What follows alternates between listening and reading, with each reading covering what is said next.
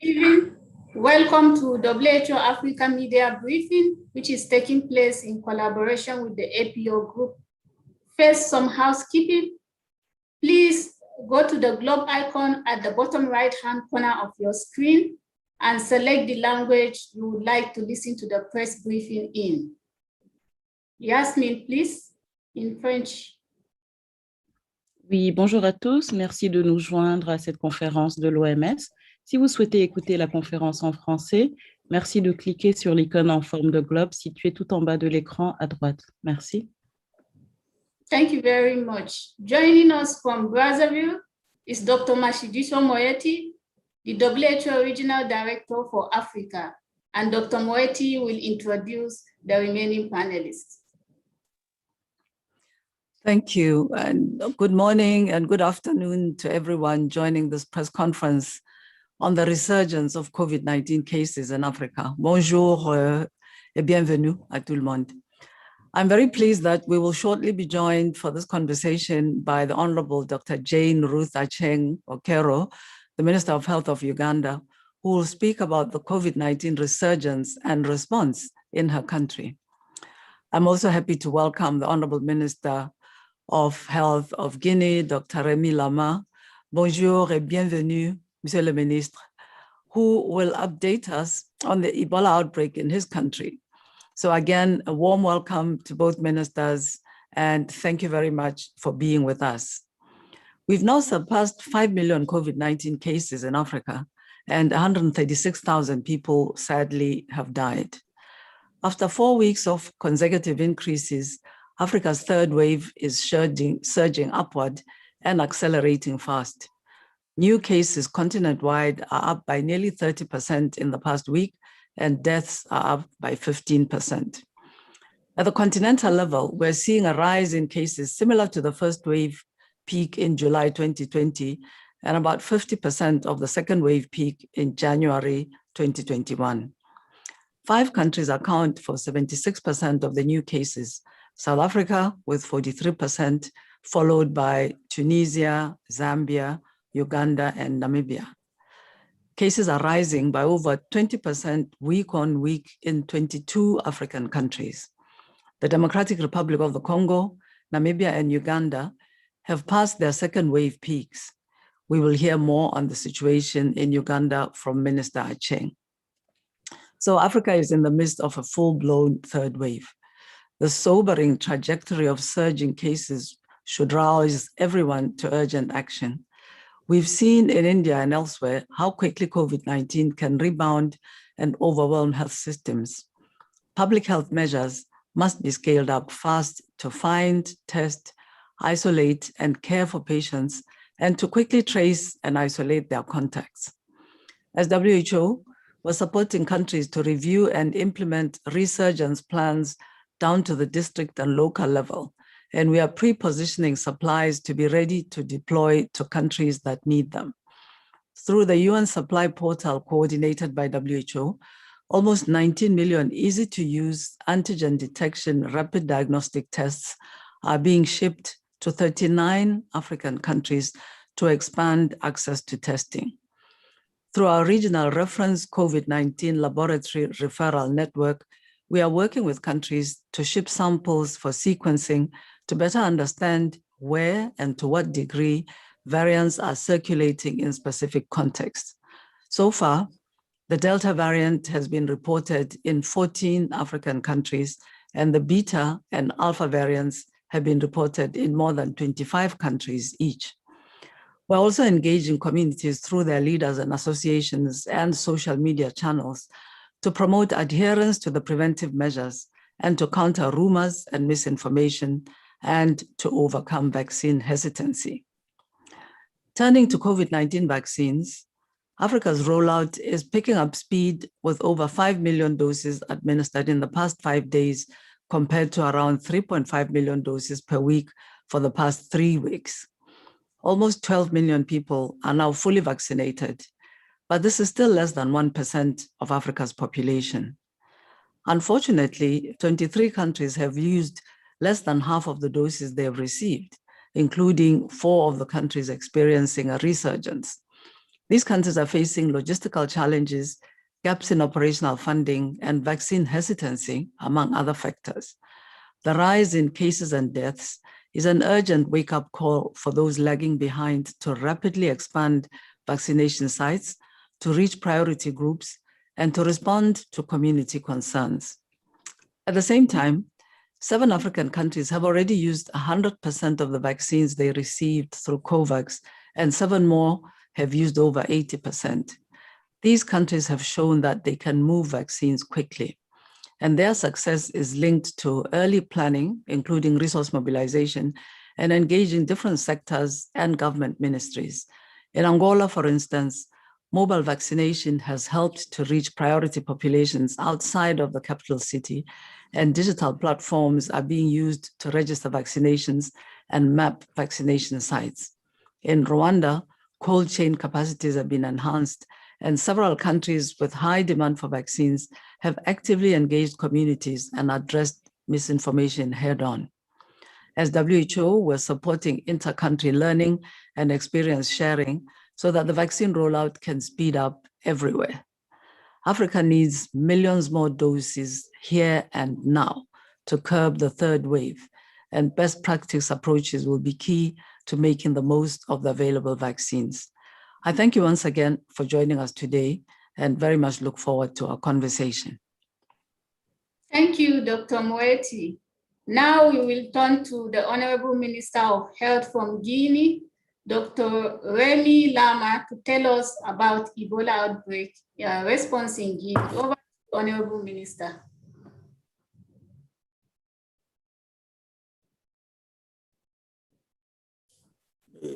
Merci bien.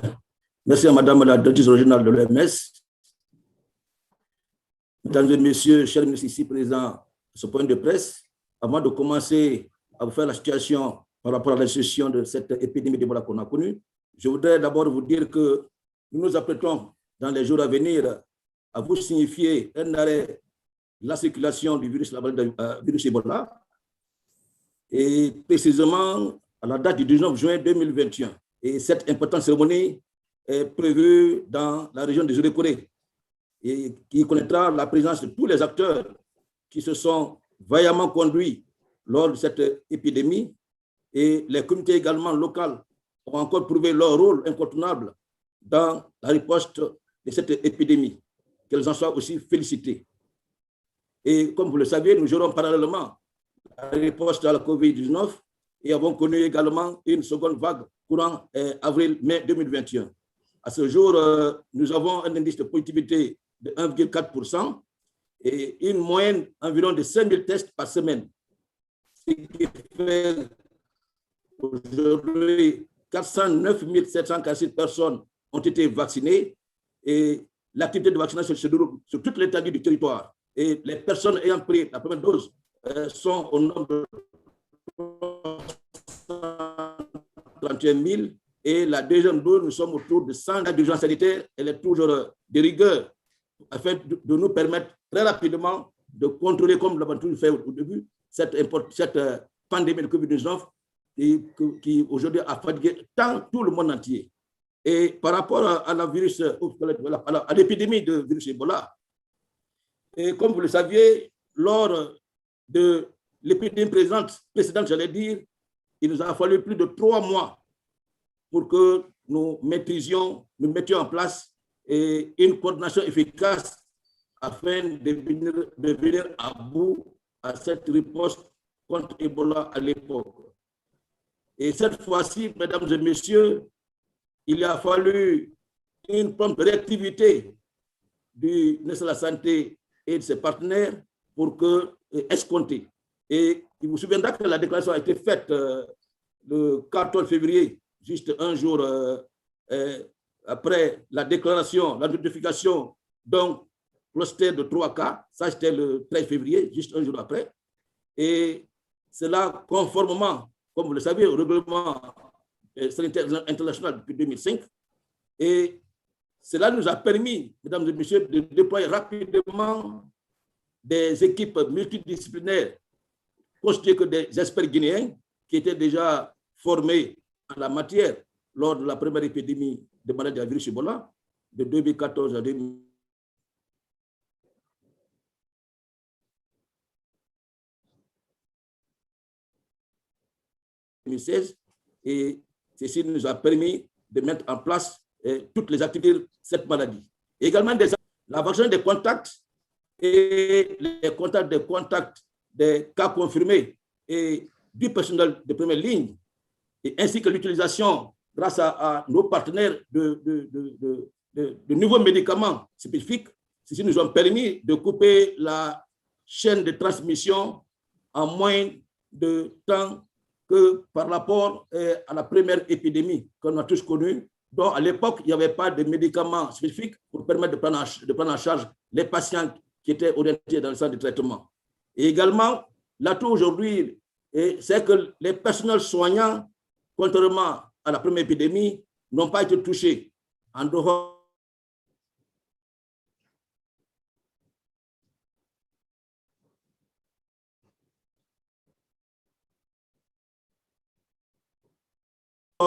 du cas index, qui était la sage-femme qui travaillait, comme vous le saviez, prévu entre 2014 et 2016, avec près de 150 cas de décès au niveau des personnels soignants. Également, la disponibilité des centres de traitement des épidémies construits à travers le pays nous a permis, mesdames et messieurs, de prendre rapidement en charge les patients suspects et confirmés avec un plateau technique bien notifié et des soins optimisés ont été fournis, de réanimation qui étaient également à notre portée, et aussi les laboratoires étaient également intégrés au niveau de ces centres de traitement épidémiologique. Il y a aussi le concours des ressources humaines qui ont été déjà formés lors de la première épidémie, et ces personnels également nous ont permis de procéder à une prise en charge adéquate de tous les patients qui étaient reçus dans les centres de traitement. Et également, mesdames et messieurs, l'un des avantages qu'on a eu, c'est la mise en place, après 2016, de l'Agence nationale de sécurité sanitaire, qui a aussi largement contribué à la maîtrise de cette nouvelle épidémie. Voilà, mesdames et messieurs, de façon ramassée, les activités qu'on a eu à mener pendant la résistance de cette épidémie d'Ebola en République de Guinée. Je vous remercie. S'il y a des questions spécifiques, nous sommes à votre écoute afin d'éclairer la lanterne des uns et des autres.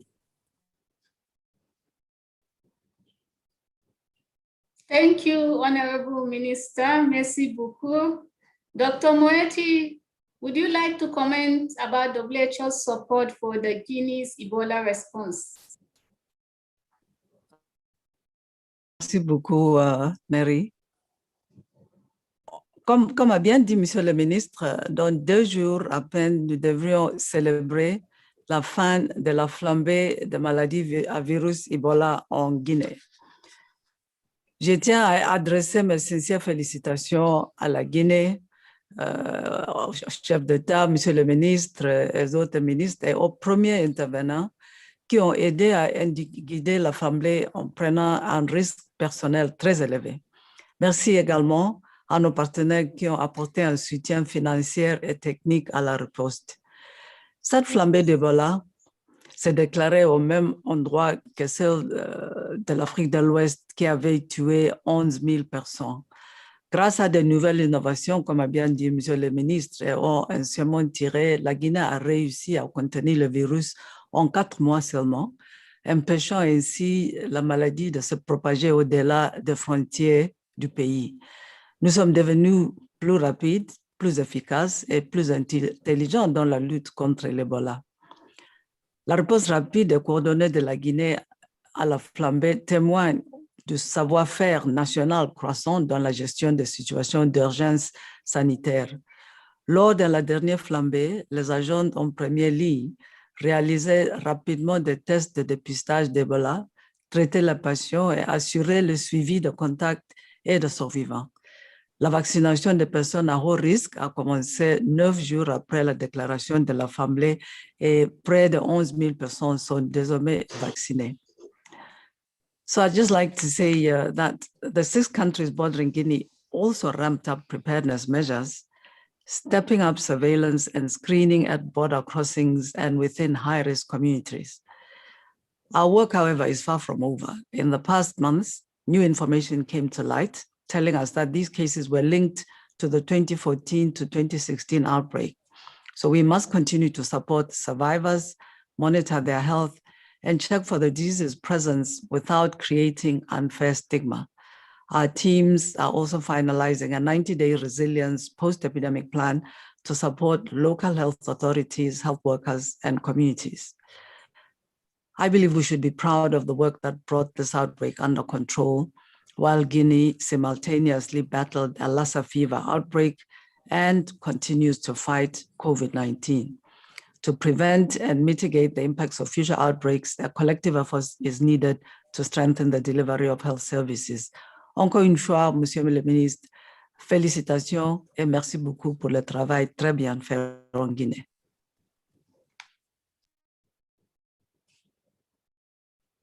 Thank you, Dr. Moeti. Indeed, a hearty congratulations to Guinea for an effective response to Ebola virus outbreak.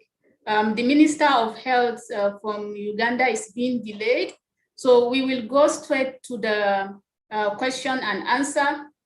So it is your time, journalists, to ask your question. To do this, please use the Q&A function on the Zoom platform. Tell us your name, the name of the media organization you represent.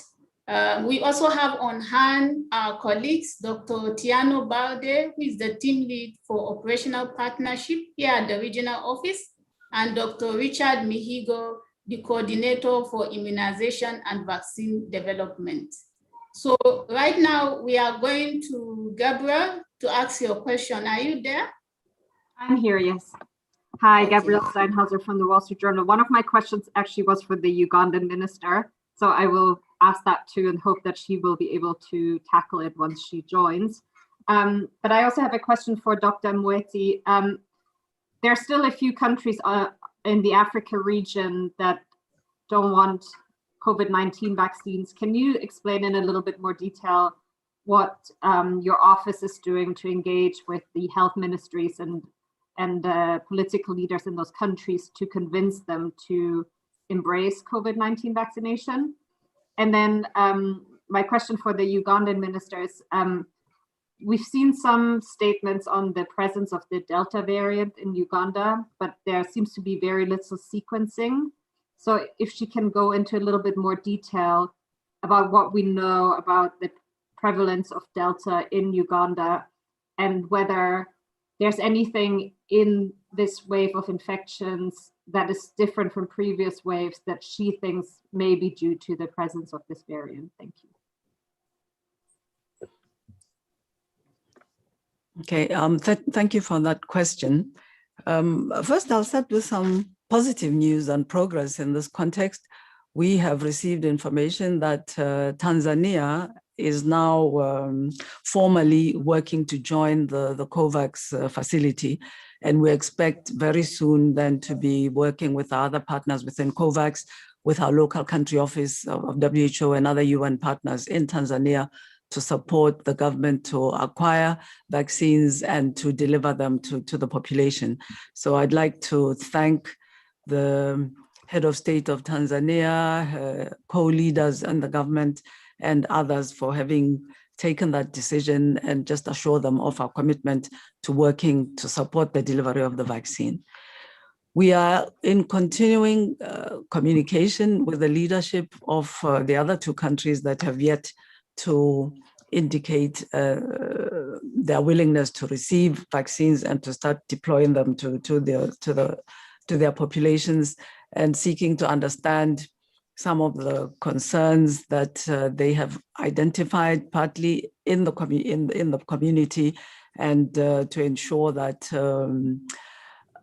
they realize that the international community, the COVAX facility that has been established in a multilateral way, and WHO and our partners are ready to continue to explain both to the leadership and to the populations the benefit for individuals, families, the country, its economy, and globally, all countries of vaccinating all populations. I think we have said many times in these press conferences that we have to move with the understanding of communities. Our responsibility is to help to disseminate the correct information so that fears, reticences, concerns about being vaccinated by the population are reduced, and therefore decisions are taken to provide vaccines to communities. So we will continue in this endeavor. Thank you. Thank you, Dr. Moeti. Paul Adepo, do you want to go live with your question? Yes, please. Thank you very much. So I have a question for Dr. Moeti and the Health Minister for Guinea. Dr. Moeti, what do you think is the current level of confidence in the use of antigen testing kits? And will the WHO recommend the kits replacing PCR tests anytime soon? And I also want a comment regarding the recent announcement by Novavax vaccine.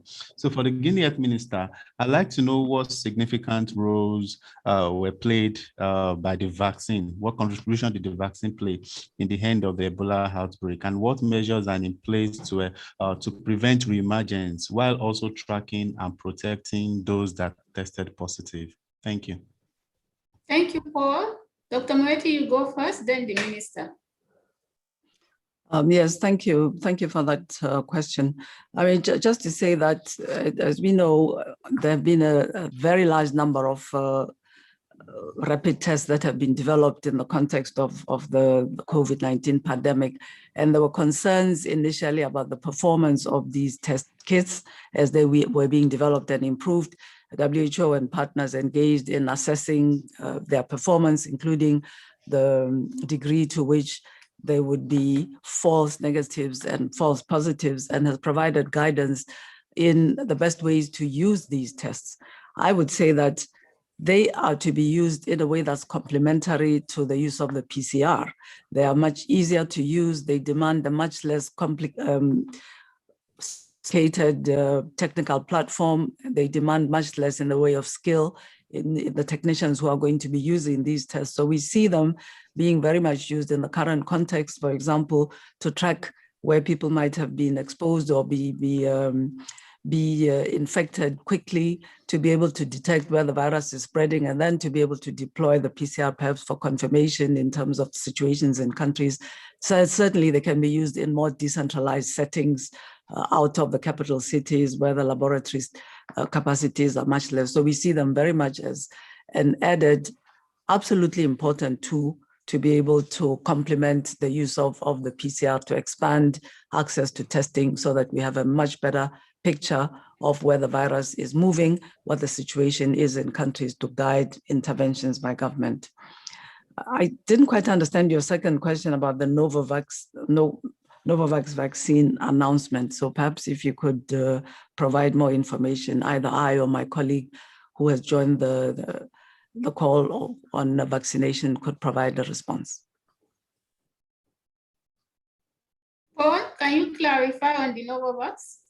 Oh, yes. So the Novavax vaccine, COVAX announced that it was also, when it secures approval, that it will also be added to the panel of vaccines available. So I want to know whether this will be in any way prioritized over other candidates that are lined up to also join the COVAX. So that's my interest. Okay, I mean, I think that the COVAX has been looking at a range of vaccines that have been developed and potentially could be available, and simply then working to secure them, acquire them. Of course, the COVAX is going to provide vaccines that have been EU-welled by WHO. That is part of the partnership of this platform. So I would say that this EUL of the Novavax vaccine simply adds one more option to be added among the vaccines that are being procured by the COVAX, and also we hope then being procured by other partners who are supporting countries to have access to vaccines. We would like to have as many vaccines as possible assessed to be efficacious, safe, EU World by WHO, and therefore available to be used by COVAX and by other providers and suppliers, and of course by our member states, by countries. Thank you, Dr. Moeti. And over to you, Honorable Minister from Guinea, to answer the second question from Paul on the role that the Ebola vaccine Merci has bien, mesdames et messieurs. in the outbreak. Merci bien et merci à Madame la directrice de l'OMS.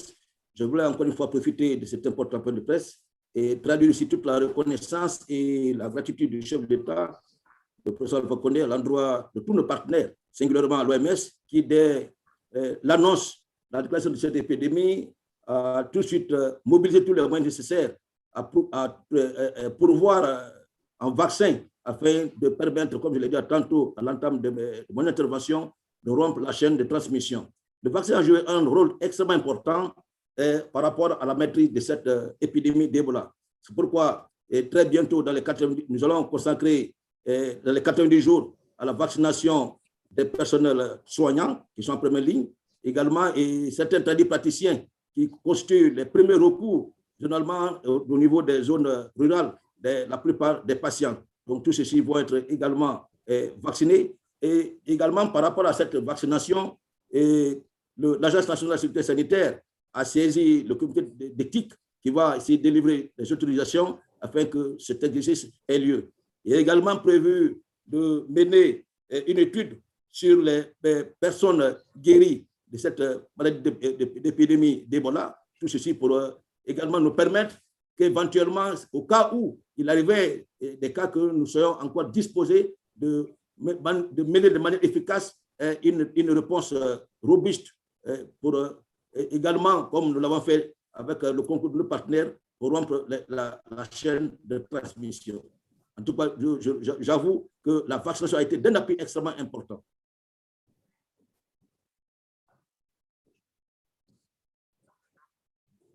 Merci beaucoup, Honorable Minister. So we have a question from Voice of America, still on the Ebola response in Guinea. The first question is coming to you, Dr. Moeti.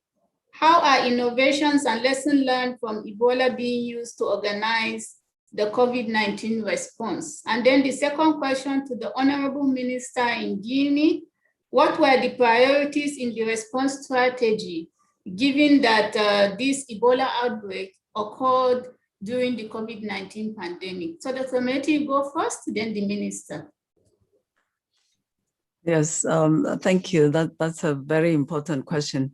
I think we did learn and benefit a lot from the Ebola outbreak in West Africa. That has informed some of the strategies adopted early on in the COVID-19 response. First of all, some of the partnerships and platforms established to develop tools like the vaccines and the therapeutics, including CEPI, were established during the course of this Ebola outbreak. And we have learned how to, at the same time, be testing out a tool as using it to have an impact, to have a health impact. So I would say some of the collaborations between researchers, funders, governments, on developing tools, and the private sector, of course, pharmaceutical companies on developing tools have been really instrumental in some of the platforms that have been established to carry out the trials of vaccines, to work together across countries to develop these tools. So that was one very important lesson learned. Another lesson that we have learned is very much about the role of people, the role of communities. I think we all recall some of the really heart-rending scenes that we saw during the response to the Ebola outbreak, as people were being persuaded and felt sometimes forced to carry out measures to adapt ways of doing normal, very sacred rituals like burials, and how we learned that we absolutely must be not only talking to or talking at people, but we have to listen to people. We have to work through their trusted networks to understand what are their concerns and work together to help them to be agents themselves. This has been absolutely important in the COVID-19 pandemic. I think we've taken it further. We have worked with our partners on disseminating the correct information, disseminating it, adjusting it constantly. We've established the Infodemic initiative with partners in WHO, where we listen and look for information about what are the stories circulating, what information people are exchanging or in order to get people to carry out the public health measures, and very importantly now around vaccine acceptance. We have learned a lot. I think partnerships that have been established during the course of the Ebola outbreak have been absolutely instrumental in some of the progress that has been made in response to the Ebola outbreak. Sorry, Yeah, Honorable Minister of Guinea, the second question, please.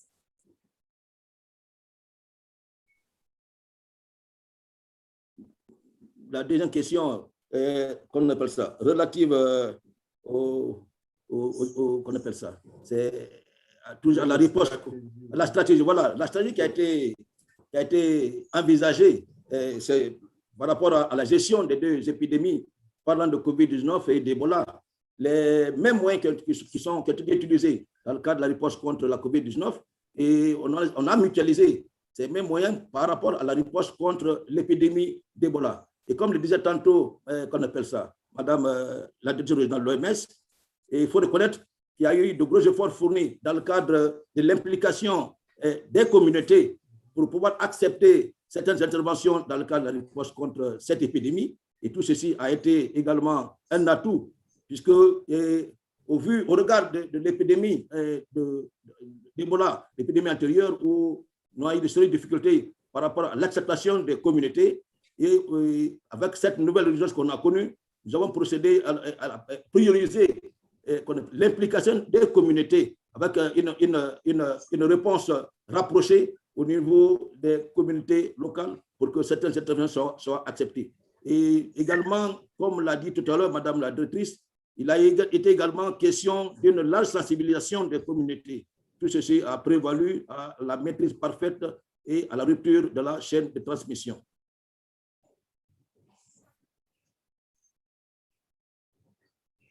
Thank you, Honorable Minister. We have been joined by the Honorable Minister of Health for Uganda, Dr. Jane Acheng. Dr. Jane, welcome. We are happy to have you. Can you please tell us how Uganda is addressing the COVID-19 resurgence?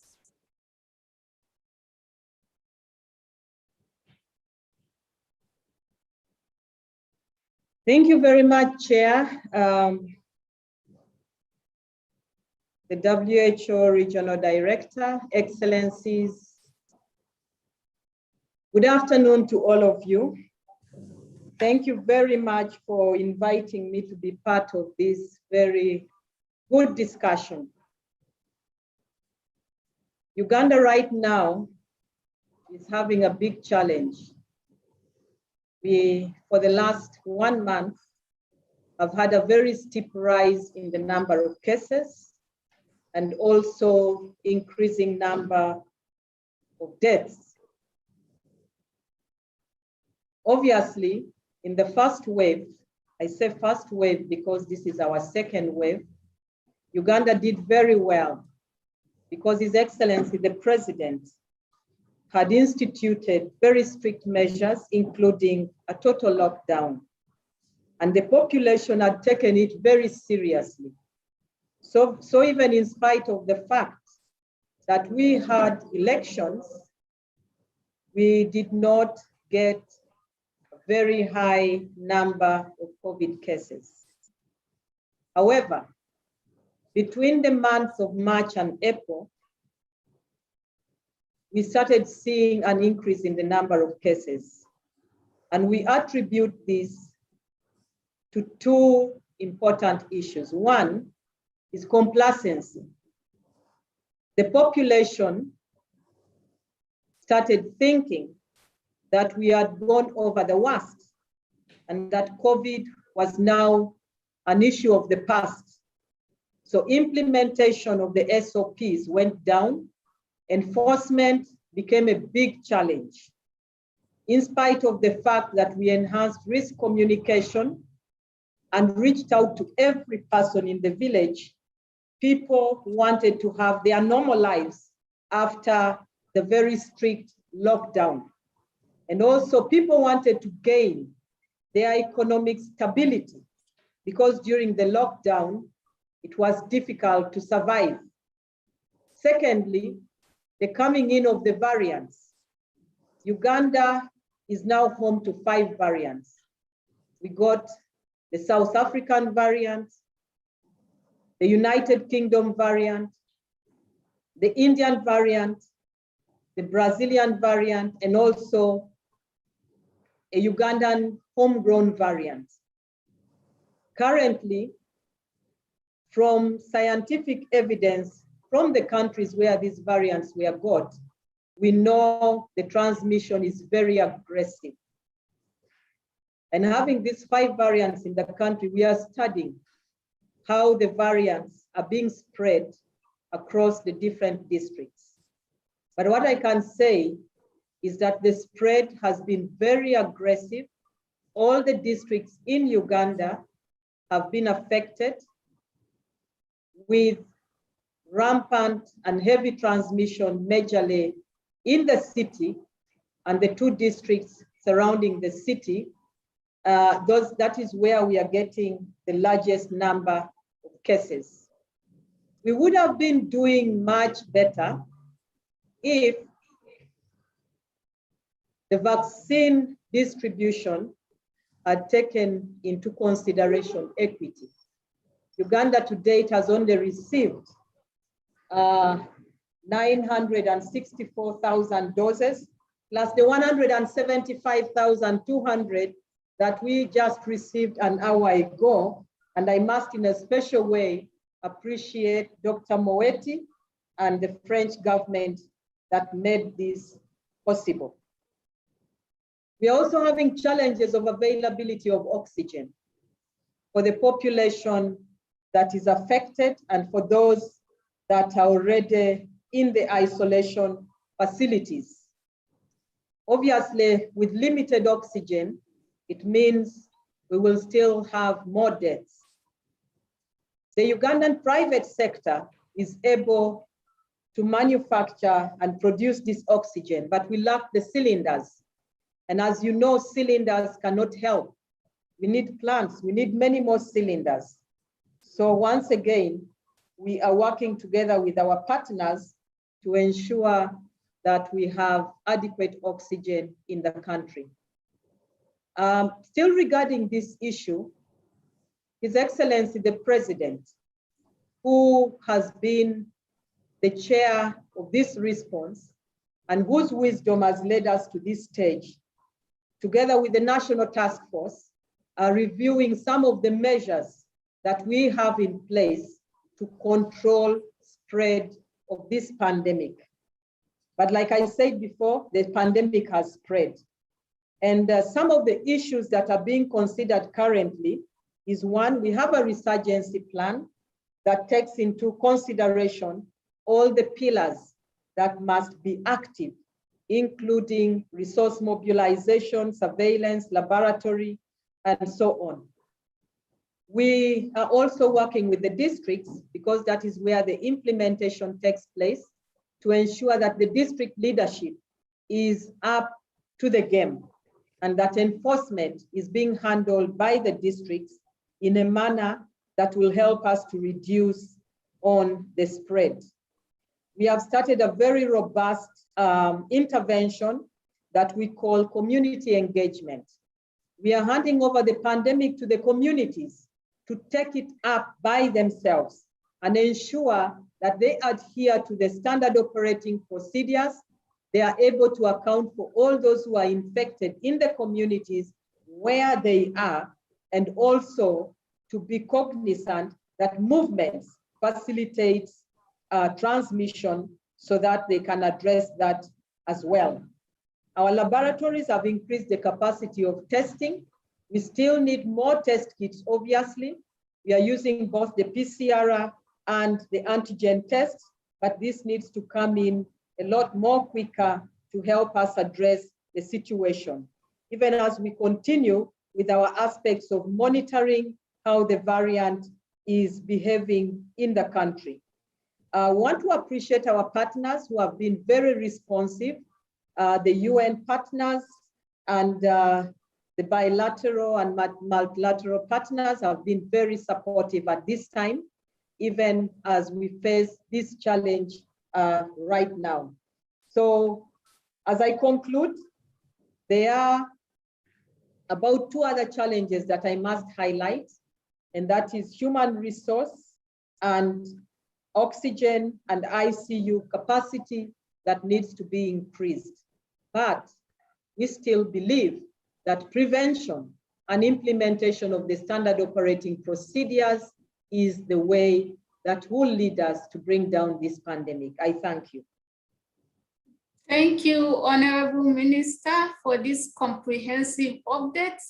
Our hearts are with the people of Uganda. We are all in this together.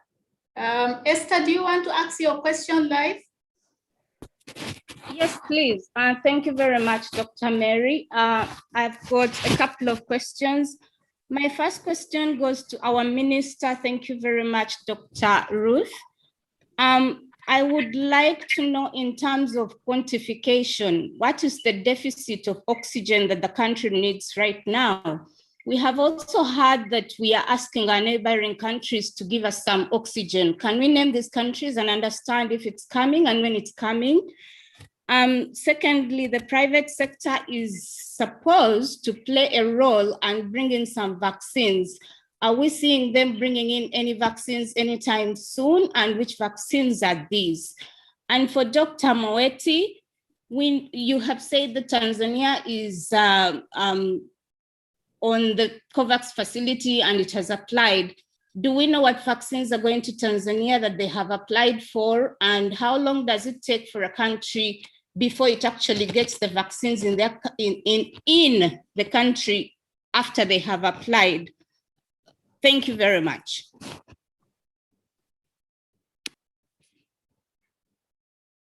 Thank you. Honorable Minister, please. Thank you very much.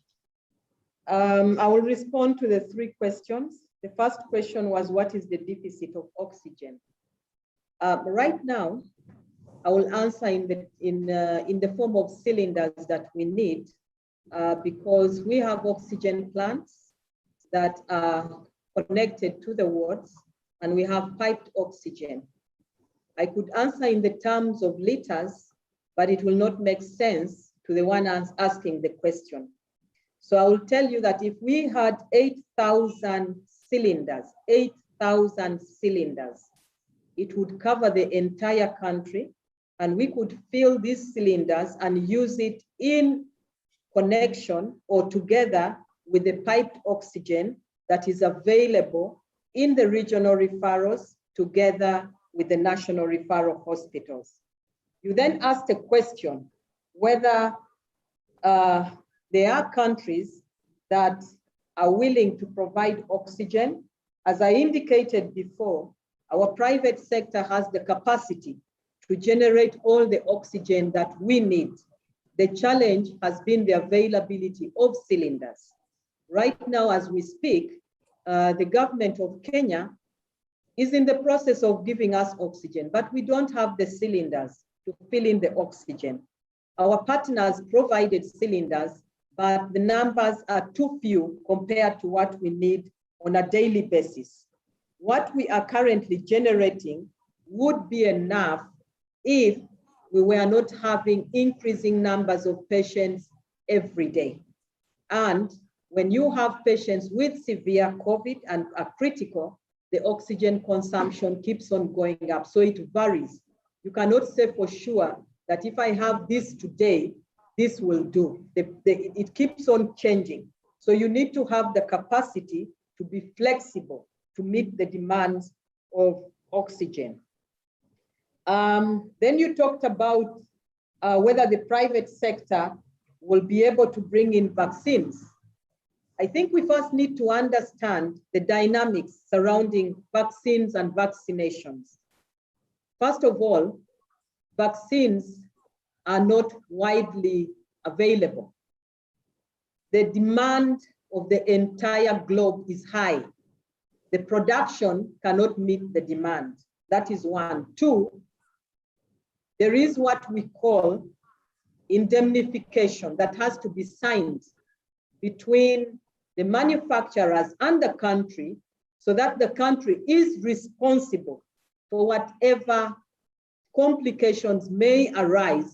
And that is because vaccines were made in quite a rush, and the private sector is not able to sign on to this and provide vaccines. Thirdly, COVID is a huge pandemic. The private sector alone in Uganda right now is fleecing patients. In the wards, they are overcharging lots of dollars for patients to pay. And even then, the private sector wants to charge for vaccines. That is not acceptable. In the middle of a pandemic, when lives are being lost, services must reach out to all the people freely so that we can save lives. Yes, we want the private sector to bring in vaccines. They will bring in vaccines when the situation warrants and when they are willing to give vaccines at affordable prices. I think those were the three questions. I don't think there is any other. Thank you very much.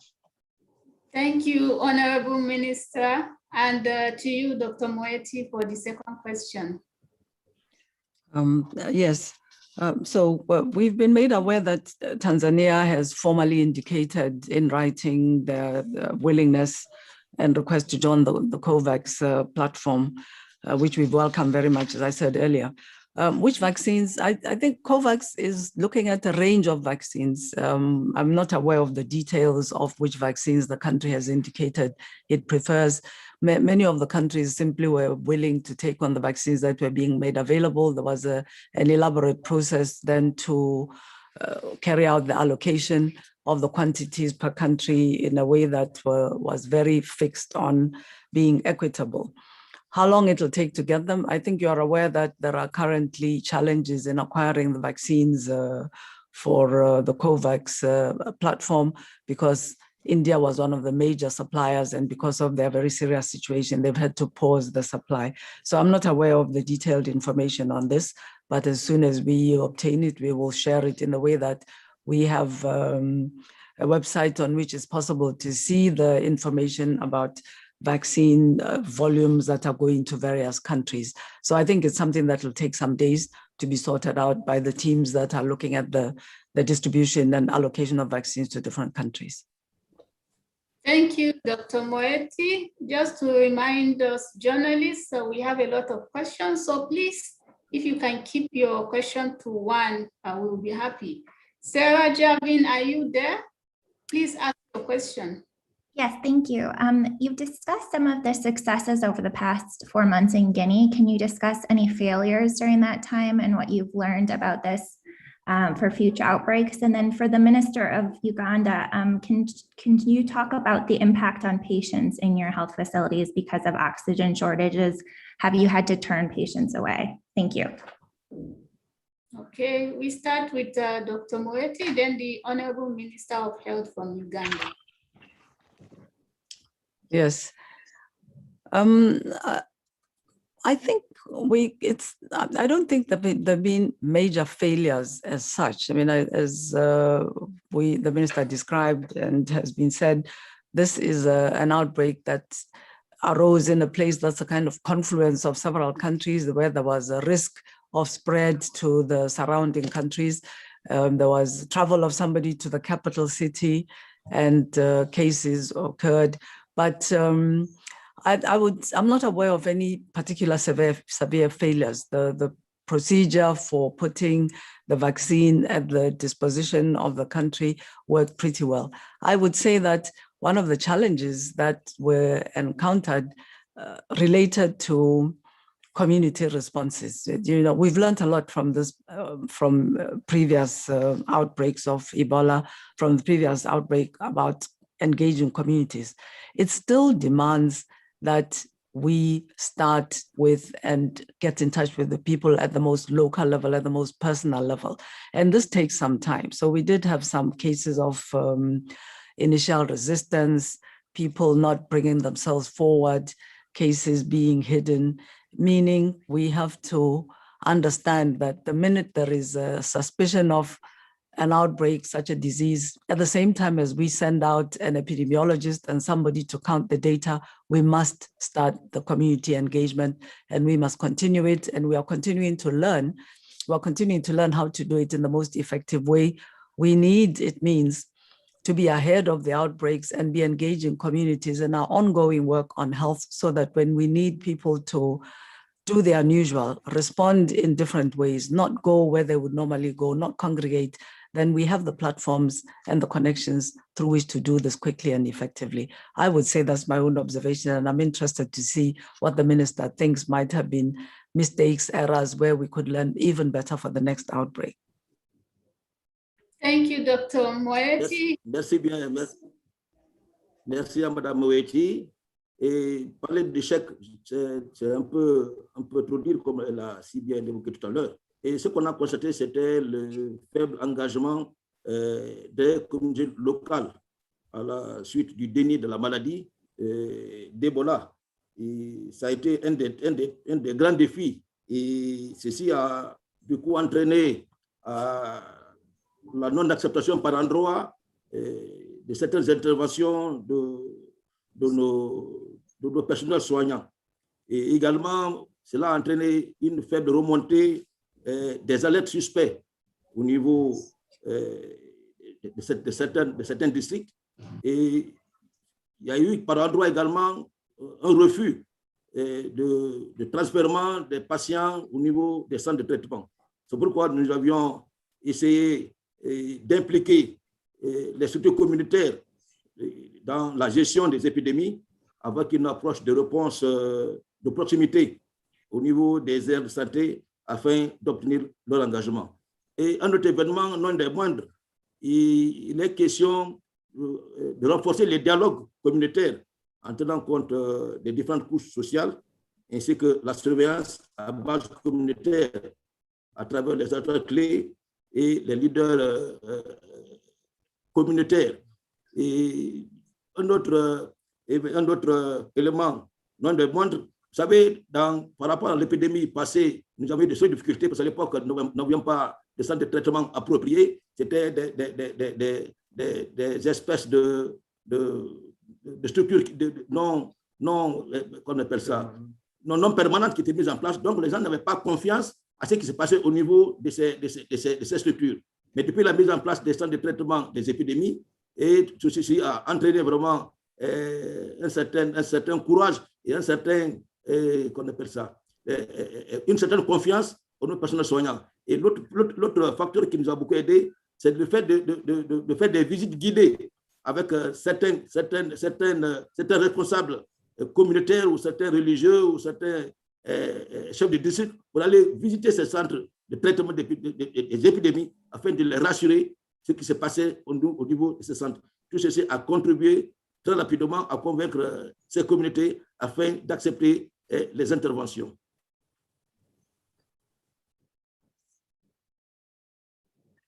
Thank you, Honorable Minister from Guinea. And now to you, Honorable Minister from Uganda, please.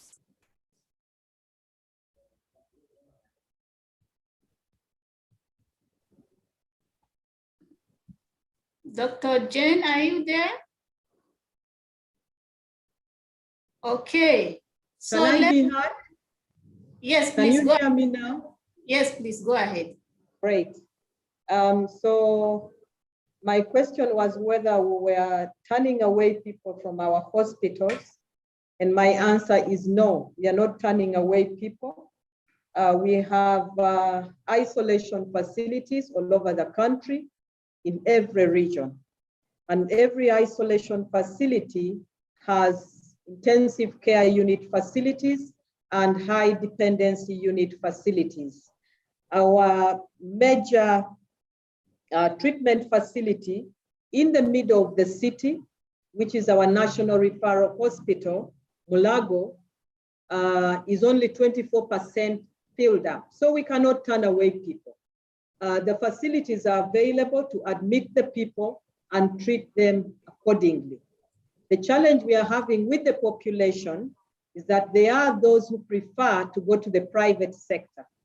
And when they're admitted in the private sector and the costs are too high, and then they request to be transferred without coordinating with the main hospital. That is where you find patients moving up and down, and then you start hearing on social media that patients are not being taken up, which is not true. So my appeal to the population is to know where to go in the event that you have challenges.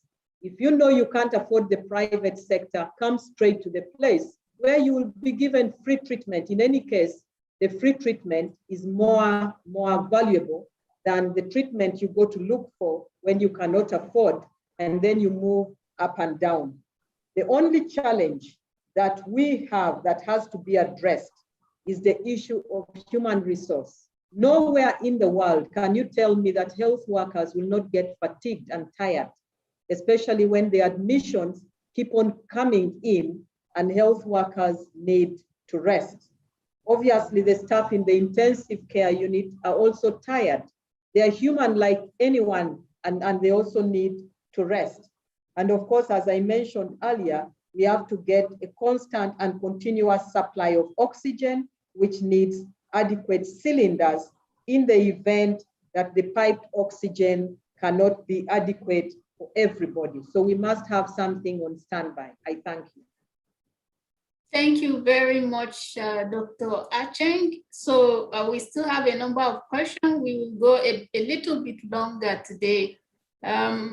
Let's turn to Omar from Reuters. If you're there, you can ask your question, please. Hi, good afternoon. Omar Mohammed from Reuters here. Very quickly on Tanzania.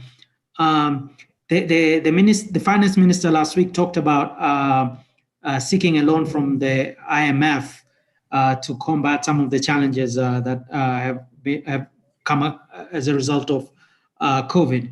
But the IMF said that there will be some conditions, one of which was the release of data, COVID data. So I just wanted to ask, are there any conditions that the WHO is putting forth with regards to this new information that Tanzania wants to apply to join COVAX? Thank you very much. Thank you, Omar. Dr. Moeti, do you want to start?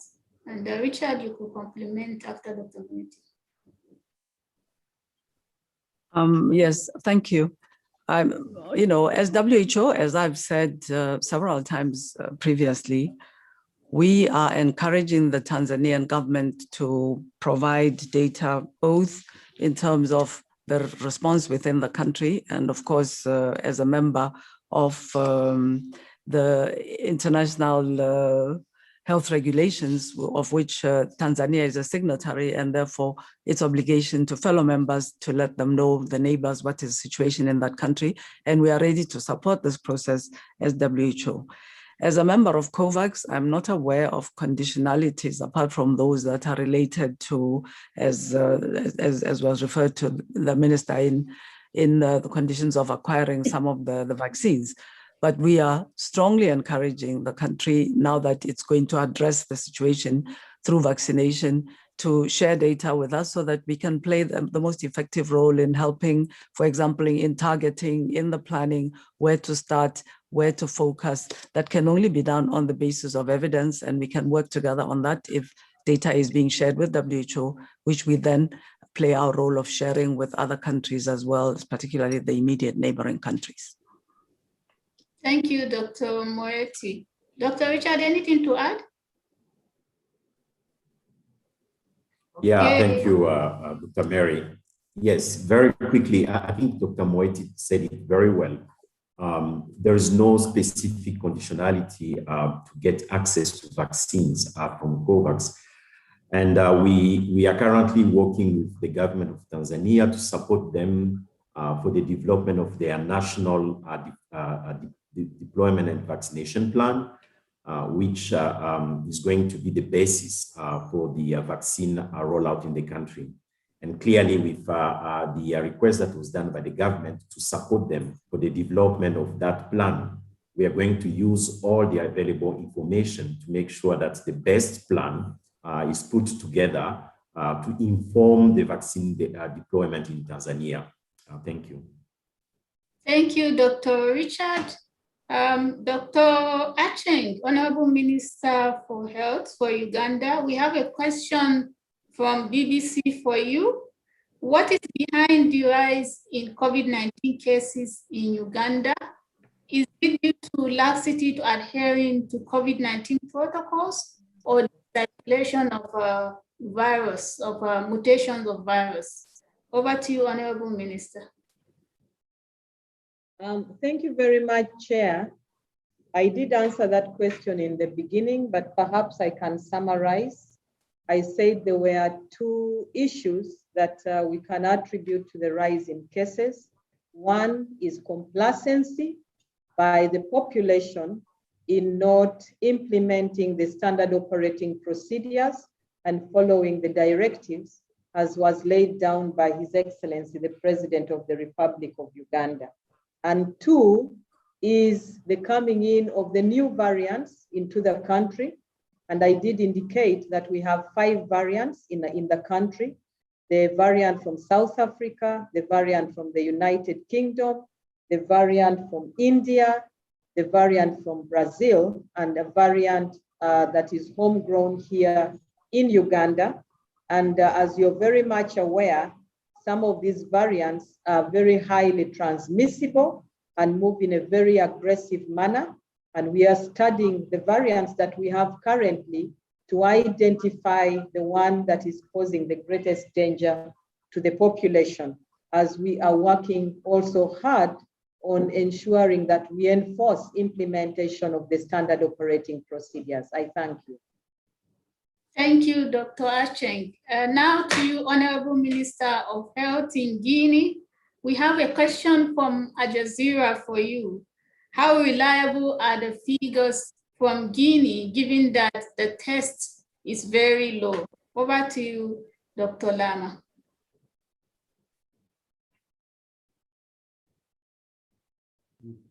Merci bien. Ces chiffres sont très fiables, surtout que nous travaillons en commun accord avec nos partenaires techniques et financiers, nos partenaires sur le terrain, avec lesquels nous partageons tous les chiffres. Donc, nous n'avons aucun intérêt de cacher les choses. Ces chiffres sont réels et je touche du bois depuis la flambée de cette épidémie. Je me dis que ces résultats sont l'expérience qu'on a eue. On a eu à mettre en place des structures de prise en charge et également des équipes étaient déjà formées pour la gestion d'une telle épidémie. Et également, nous avions eu à mettre en place, comme je le disais tantôt, des équipements de laboratoire qui nous ont permis très rapidement de poser les diagnostics et procéder à la prise en charge immédiate des cas confirmés. Donc à ce niveau, il n'y a vraiment pas à douter de nos chiffres.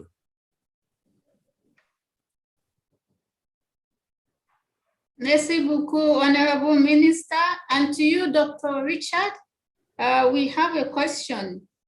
If one doesn't take the second dose of AstraZeneca within the stipulated timing of 12 weeks, is there any effect? Yeah, thank you, Dr. Mary. So clearly, we do recommend to complete the series of vaccination by taking the 2 recommended doses. But we know, unfortunately, the current situation of shortage that we are currently in, where the second dose in some countries has been delayed due to the shortage of the vaccine. But clearly, the data that is currently available is showing that with 1 dose of AstraZeneca, we still do have a certain level of efficacy and protection to the people who have received that. And the recommendation is to encourage people, as soon as the vaccine becomes available, to complete the vaccination series. So it doesn't suppress the benefit that have already been acquired with 1 dose, And we do hope that with the negotiations that are currently going on to make sure that we can increase the supply, we can still provide this second dose.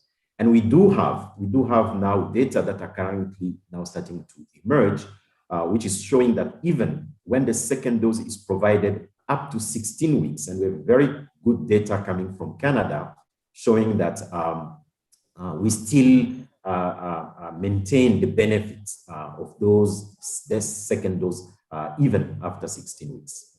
Over. Thank you, Dr. Richard. We are now coming to the end of the press conference for today. So we will turn to our three panelists to give us their final thoughts, 1 minute each. I will start with the Honorable Minister of Health for Guinea, then the Minister for Uganda, and then Dr. Moeti.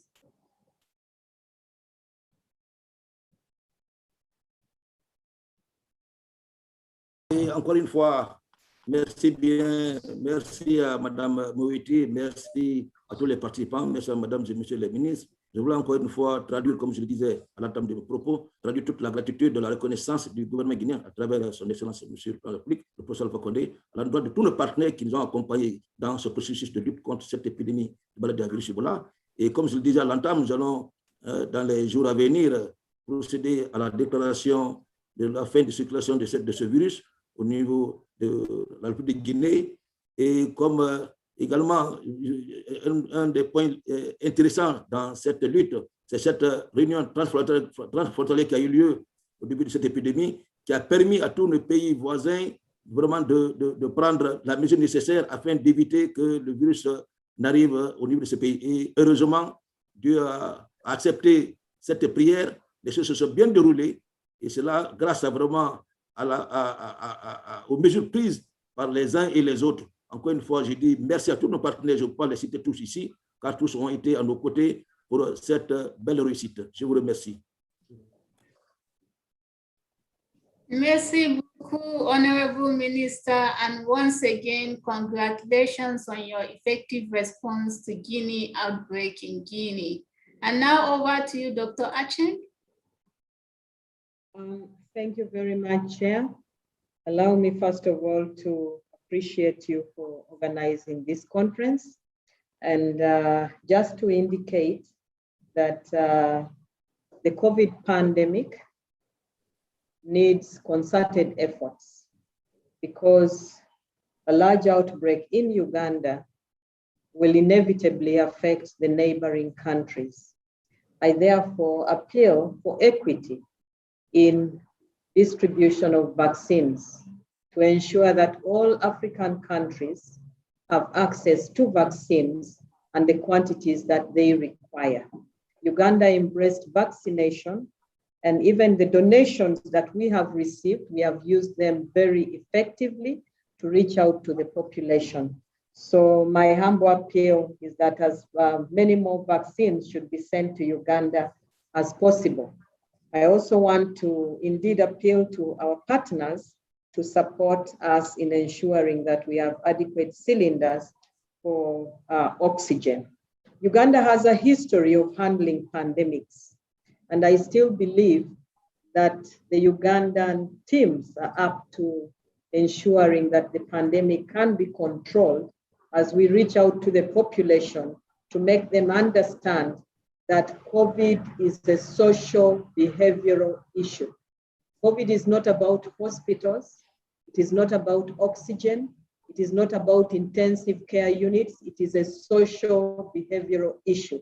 It requires you and me to be responsible citizens and determined to protect one another. When we do that, we will be able to control this pandemic in the world. I thank you and God bless you. Thank you, Honorable Minister. Indeed, Uganda has responded effectively to previous outbreak, and we believe with the right support, the COVID will be brought under control. Over to you, Dr. Moeti. Yes, first I'd like to once again thank both honorable ministers for having joined us, the Honorable Minister of Guinea and the Minister of Uganda. And I'd like to reiterate my congratulations in advance by a couple of days, but for the excellent work done in Guinea to reach this point just before we declare this outbreak finished. I'd just like to refer again to the common elements between the Ebola response and the COVID-19 response, in indicating that what it has taken is, first of all, political leadership and decision-making by the national leaders, by the Minister of Health, and collaboration with partners, the contribution of many partners, collaboration in developing tools, and very importantly, the role, I'd like to echo what the Honorable Minister of Uganda just said, the role of individuals, the role of communities, well supported with information, with interaction, with the tools that are needed, sometimes with the supplies that are needed, and with an attention to equity, making sure that everybody in the community is enabled to play their role. And then again, to the frontline healthcare workers, the social interveners who are playing such an important role in interfacing with the communities.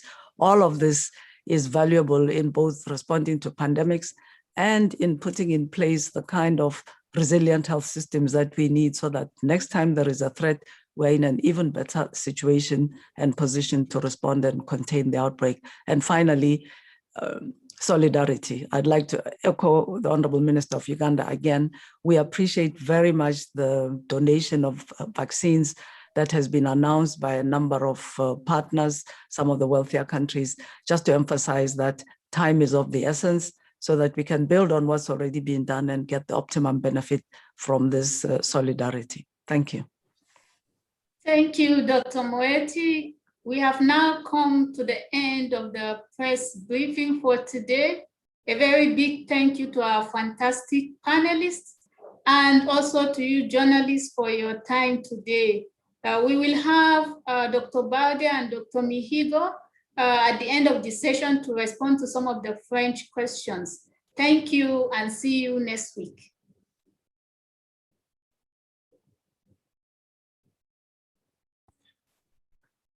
Merci beaucoup et bonjour dans cette partie entièrement en français de la conférence de presse. Merci aux journalistes francophones de rester avec nous. Pour répondre à vos questions, nous avons, comme il a été annoncé, Dr Richard Mihigo, qui est coordinateur du programme de vaccination et de mise au point des vaccins, et le Dr Tierno Balde, chef de l'unité des partenariats opérationnels.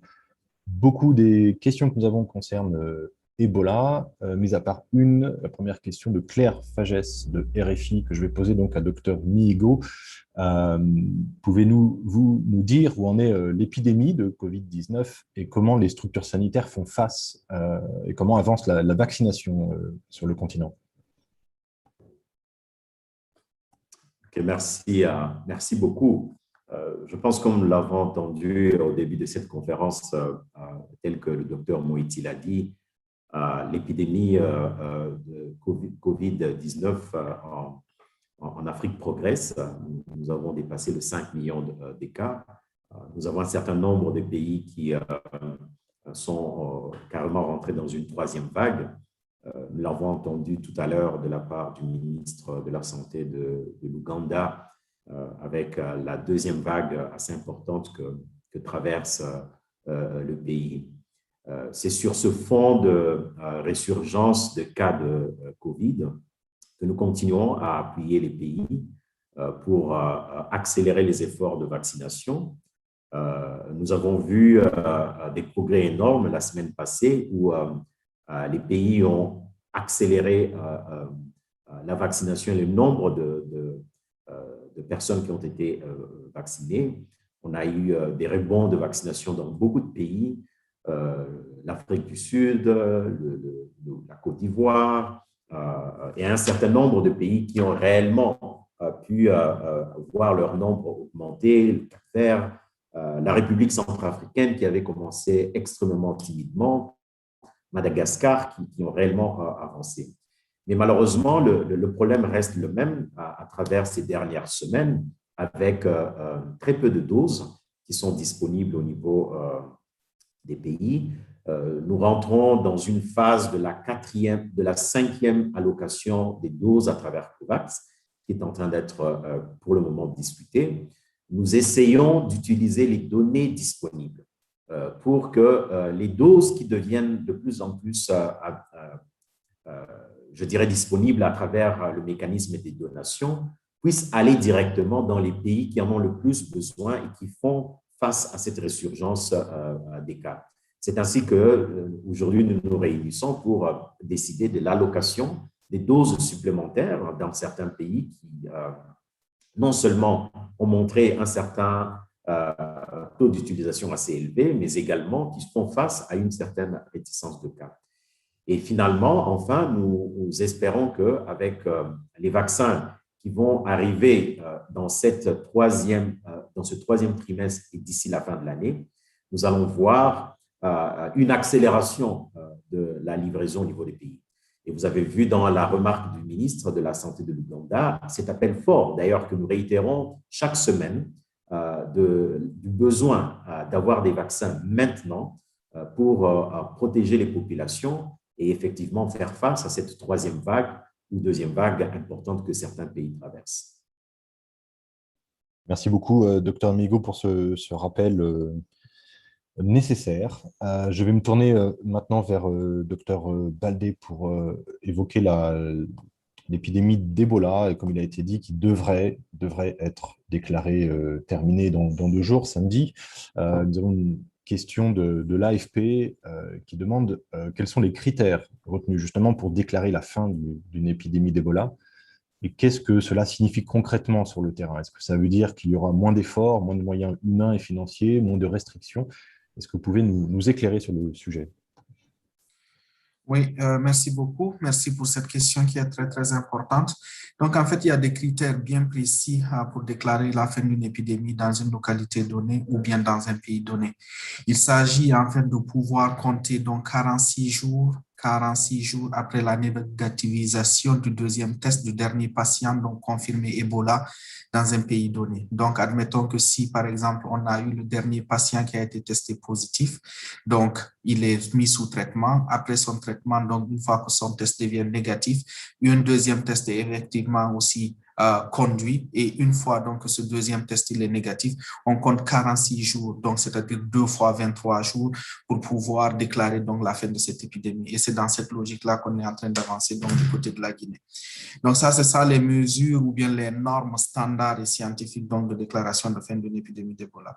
Et absolument, comme on l'a vu tout à l'heure, monsieur le ministre de la Santé de la Guinée a eu à mentionner, la directrice régionale aussi, le lien phylogénique qui existe entre le virus qui a été découvert donc au cours de cette flambée-là avec celle donc de 2014 et 2016, faisant donc comprendre l'importance de garder vraiment la vigilance donc dans tous ces différents pays-là qui ont eu une expérience donc de maladie à virus, d'épidémie de maladie à virus Ebola.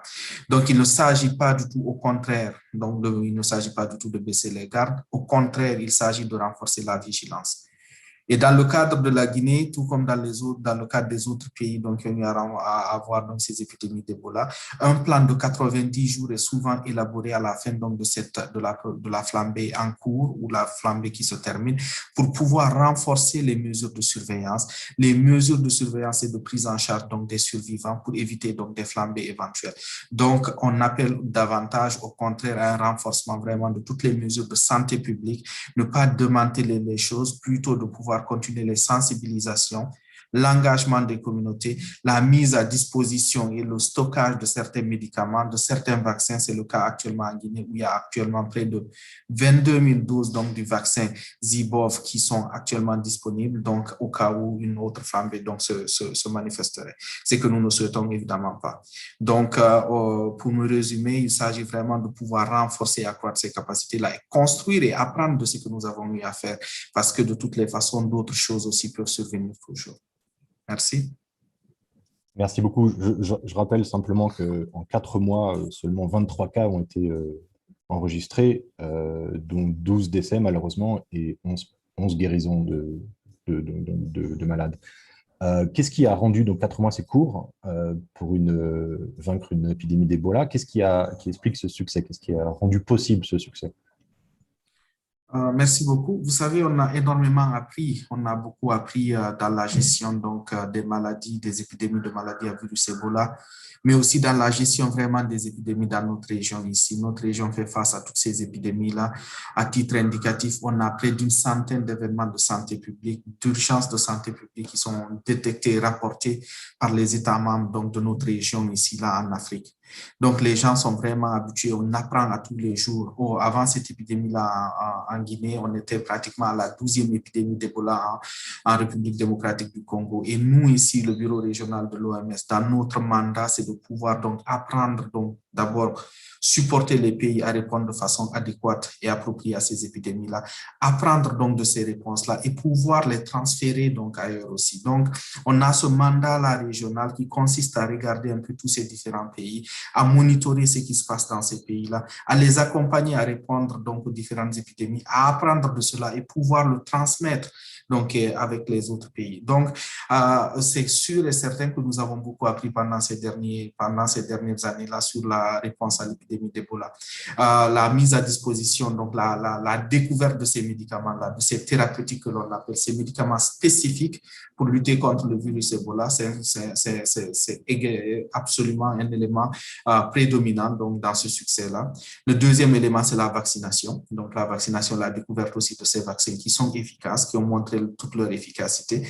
Et autre chose aussi, donc l'organisation un peu de toute cette réponse-là. Tout à l'heure, monsieur le ministre l'a dit, le contexte en Guinée n'était pas très facile, avec donc la survenue aussi, donc avec la présence donc de l'épidémie donc de la COVID-19. Mais les États et les États membres avec les partenaires arrivent à s'organiser beaucoup mieux, à aller directement là où il y a l'épicentre, à pouvoir mettre en place tous les efforts au niveau de l'endroit géographique donc où il y a l'épicentre. Donc on apprend de tout cela. Donc il y a une composante organisationnelle, une composante technique, une composante logistique, pouvoir par exemple transférer les vaccins assez rapidement, donc de là où ils sont stockés à ces endroits-là. Donc tout ça, ce sont des éléments qu'on a eu à prendre et qui ont facilité, qui ont permis à la gestion rapide donc, de cette épidémie en Guinée. Merci beaucoup. Vous avez en fait répondu à plusieurs autres questions que je m'apprêtais à vous poser, donc c'est parfait. La dernière, en fait, concerne les résistances locales qui ont été rapportées ça et là vis-à-vis de la vaccination, justement, et de l'action des équipes de santé. Est-ce que vous pouvez nous parler de ces résistances? Est-ce qu'elles ont été fortes, nombreuses, et surtout comment les gens ont été convaincus de participer à la riposte à Ebola? Merci beaucoup. Ayant été personnellement aussi vraiment sur le terrain, j'ai été sur ces terrains-là autant en Guinée en 2014, en RDC en 2017, en 2018, en 2019. La survenue de ces maladies-là, c'est une problématique. Je pense que tout à l'heure, Madame la ministre nous le mentionnait. On est des humains après tout. Donc, quand un danger comme ça arrive dans une communauté qui n'a pas l'habitude de faire face à ces situations-là, qui n'a pas l'habitude de faire face à ces maladies-là, c'est sûr et certain qu'il y a une appréhension, il y a une crainte qui est là. Donc, et compte tenu un peu de leur niveau d'éducation, compte tenu de leur compréhension du contexte, compte tenu de leur compréhension à eux des enjeux mondiaux qui arrivent actuellement. Donc, c'est sûr qu'il y a toujours cette réactivité-là. Tout humain a une réaction face à une situation problématique donnée. Donc, c'est comment les accompagner. Et ça, c'est le devoir un peu des professionnels médicaux, des professionnels de santé publique pour pouvoir expliquer, leur faire comprendre un peu donc, la situation à laquelle ils font faire ça et à laquelle ils font face, mais aussi donc à travailler avec eux vraiment de façon très, très rapprochée, comme le disait tout à l'heure Madame la directrice régionale, aller pouvoir les entendre, pouvoir les écouter, pouvoir construire avec eux les réponses les plus appropriées par rapport à leur contexte, pouvoir comprendre aussi, donc que nous puissions comprendre, les écouter. Donc ça, c'est des éléments qui sont très importants. Donc cette réticence-là, je ne dirais pas qu'elle est naturelle, elle est normale, mais il faut pouvoir l'adresser. Et je pense que ces efforts-là ont été faits dans ce sens-là. Il y a eu des réticences communautaires. Je pense que c'est un phénomène naturel et normal. Il faut trouver les moyens pour le faire et l'implication de tous les niveaux de gouvernance, depuis les sommets le sommet donc des États jusqu'au niveau au plus local, les leaders politiques et tout cela. Donc, il faut qu'ils s'impliquent un peu dans l'acceptation de ces situations-là afin que l'on puisse aller de l'avant et trouver les solutions les plus idoines. Merci beaucoup. Il nous reste une dernière question et je vais me tourner pour ça vers le Dr Richard Merigo. C'est une question qui concerne la Covid. C'est une question de Marinella Corrieggia du journal Il Manifesto, qui concerne les morts dues à la Covid en Afrique. Est-ce qu'il s'agit essentiellement de gens âgés ou alors avec des comorbidités, ou est-ce dû au retard dans les soins ou un manque dans les soins? Docteur Migou. Alors, si le docteur Migo n'est plus là, peut-être docteur Baldé, est-ce que vous pouvez répondre à cette dernière question? Oui, absolument. Oui, je pense qu'il y a une disparité quand même assez importante, mais au fur et à mesure, pendant ces dernières semaines-là, ces derniers mois, on voit que les populations beaucoup plus jeunes aussi donc, sont touchées par cette pandémie-là, par la maladie donc, du COVID-19. Donc oui, le pattern ou bien encore le schéma normal et naturel fait que c'est des personnes qui sont beaucoup plus âgées, qui présentent donc d'autres maladies qu'on appelle dans notre jargon des comorbidités, donc d'autres maladies associées à leur état de santé qui sont le plus affectés, qui ont plus tendance donc à être donc touchés sévèrement et éventuellement mourir donc par cette épidémie-là. Mais là, on voit avec ces nouveaux variants qui arrivent là, donc des personnes beaucoup plus jeunes aussi qui sont affectées. Madame la ministre le mentionnait tout à l'heure, donc avec donc ces hôpitaux-là qui sont un peu remplis. On l'a vu en Ouganda, on l'a vu dans d'autres pays comme la Zambie, comme en Afrique du Sud. Mais clairement, il y a une prédominance quelque part des personnes âgées, des personnes qui présentent donc des comorbidités que l'on appelle donc des pathologies, d'autres maladies associées. Par contre, on voit aussi de plus en plus donc, de jeunes qui sont touchés par cette maladie-là. Donc, on continue un peu à suivre, à monitorer, comme on dirait donc en anglais, à monitorer un peu la situation, à la suivre et à pouvoir apprendre davantage donc, sur les nouveaux éventuellement donc, patterns qu'ils peuvent de cette maladie-là dans notre région. Merci énormément, docteur Tierno Baldé. Je rappelle que vous êtes chef de l'unité des partenariats opérationnels au bureau régional de l'OMS pour l'Afrique. Merci aussi à Richard Meigo, qui est coordinateur du programme de vaccination, de mise au point des vaccins. Merci à tous les journalistes, de plus en plus nombreux qui sont restés avec nous pour cette session en français. Et nous vous donnons rendez-vous la semaine prochaine. Merci beaucoup. Merci.